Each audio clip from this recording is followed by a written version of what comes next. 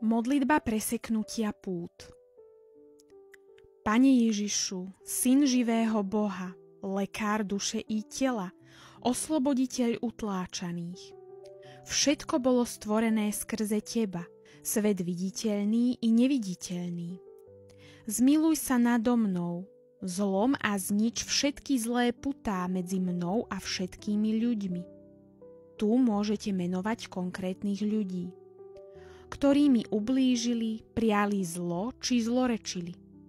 Nech sú všetky tieto putá zlomené definitívne a úplne, navždy a na veky.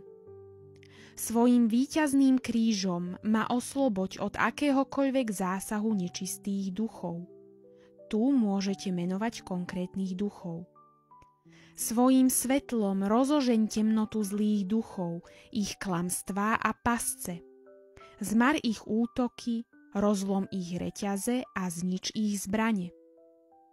Znič, zruš a pretni každú kliatbu, zlorečenie, urieknutie i každú zlomyselnosť, ktorú Satan a jeho spolupracovníci uvalili na mňa, moju rodinu, môj majetok. Osloboď ma od každej psychickej záťaže a každého démonického puta, duchovnej či telesnej neprávosti.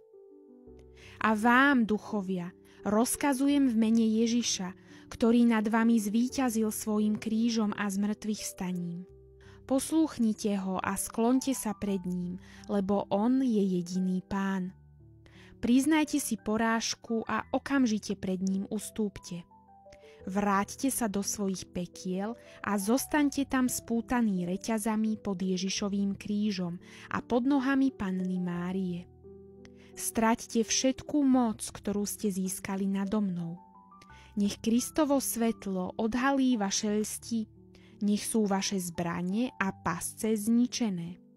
A už sa viac neopovážte ma trízniť, lebo som Božie dieťa, ktoré Ježiš vykúpil svojím utrpením a krížom. Amen. Túto modlitbu nájdete v knihe Pane, príď mi na pomoc.